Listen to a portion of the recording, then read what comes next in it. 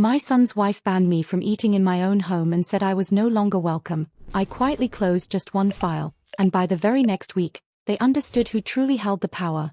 My son's wife kicked me out of the family dinner and told me plainly that I was not welcome there. These words sank into my bones that evening, like someone had pushed a cold piece of iron straight through me. I was just taking the late chicken pot pie out of the oven, the same one Eli used to beg for when he was a kid, and Laura stood by the doorway and said, I've already told you, this is our home. And we need our space. She said the word space like I was some meaningless object that had accidentally ended up there. Then she took the plate from my hand and set it on the counter as if I'd done something wrong. I didn't say anything. I just slipped my hand into the pocket of my coat, where the same folder rested, the one I had been thinking of opening for weeks. The moment was so small that maybe no one even noticed, a lifetime decision sitting quietly in my pocket while I simply breathed. I got back into my car and stared at the road for a long time. Outside, traffic on Wisconsin Avenue moved at its usual pace, as if my heart hadn't just broken, as if I hadn't been pushed out of my own son's home like an unwanted guest. My hand brushed against the grocery bags on the seat, groceries I'd brought for them. Diaper wipes, dish soap, the same cereal Eli loved since childhood. All useless now. For years I believed motherhood was something to be proud of. I thought maybe I had done something good in Eli's life. I worked 2 jobs to pay his college tuition, kept the mortgage from falling behind, covered hospital bills when he broke his elbow at the Frisco construction site.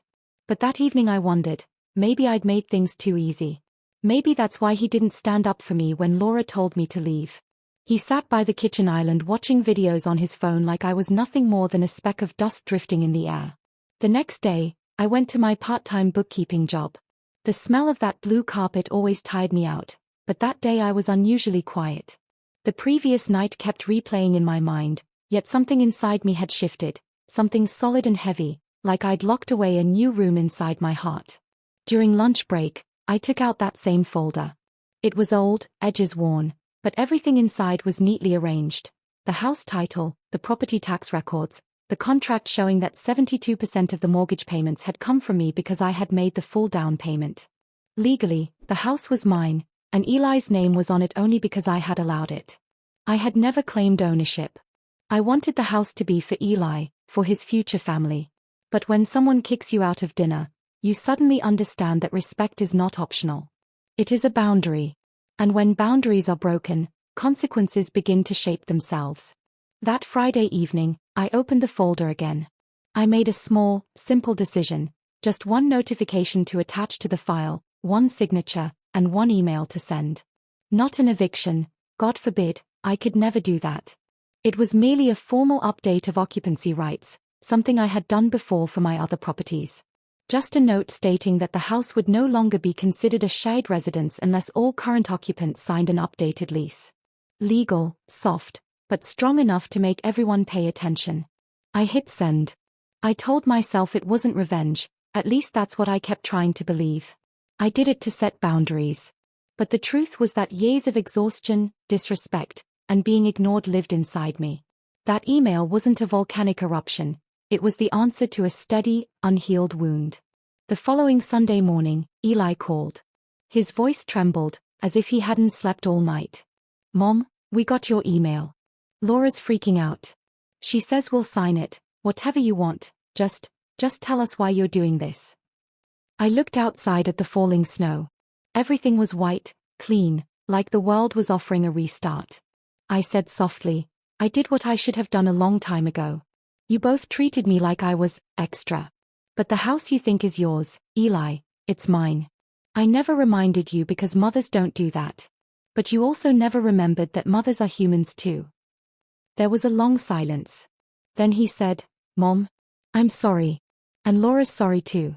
She gets tense, you know, because of the baby, because of the bills, I cut him off gently.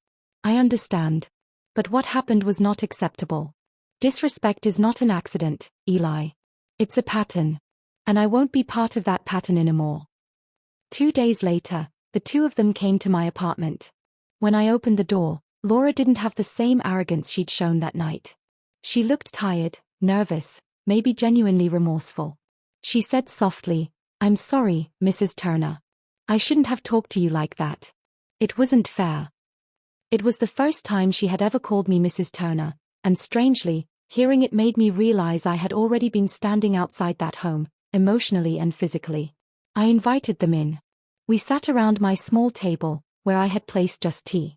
No dramatic scene, no emotional speeches. Just 3 people sitting with their exhaustion, their fears, and their mistakes. I placed the folder in front of them, not as a threat, just finally speaking the truth. I want boundaries, not revenge, I said. I don't want to be treated like furniture. I love both of you, but love cannot survive without respect. You two need to learn that too. Eli nodded. Laura wiped her eyes. We signed the lease update. Rights, privacy, and expectations all clear now, this time with mutual respect. I didn't move back into that house. I chose a smaller life, but one that was mine. I joined a knitting class, started volunteering at the community center, and slowly turned my life back toward myself. But Eli and Laura learned something from this experience, something they should have known long ago. Even a quiet mother holds power. And power isn't always loud. Sometimes, it's in the simple act of closing a folder. I didn't take revenge. I reclaimed myself. And sometimes, that is the greatest form of justice there is. If this story touched your heart or reminded you of someone's quiet strength, please take a moment to like this video and subscribe to the channel. Your support helps us share more real, powerful stories like this one. Thank you for watching and being part of this community.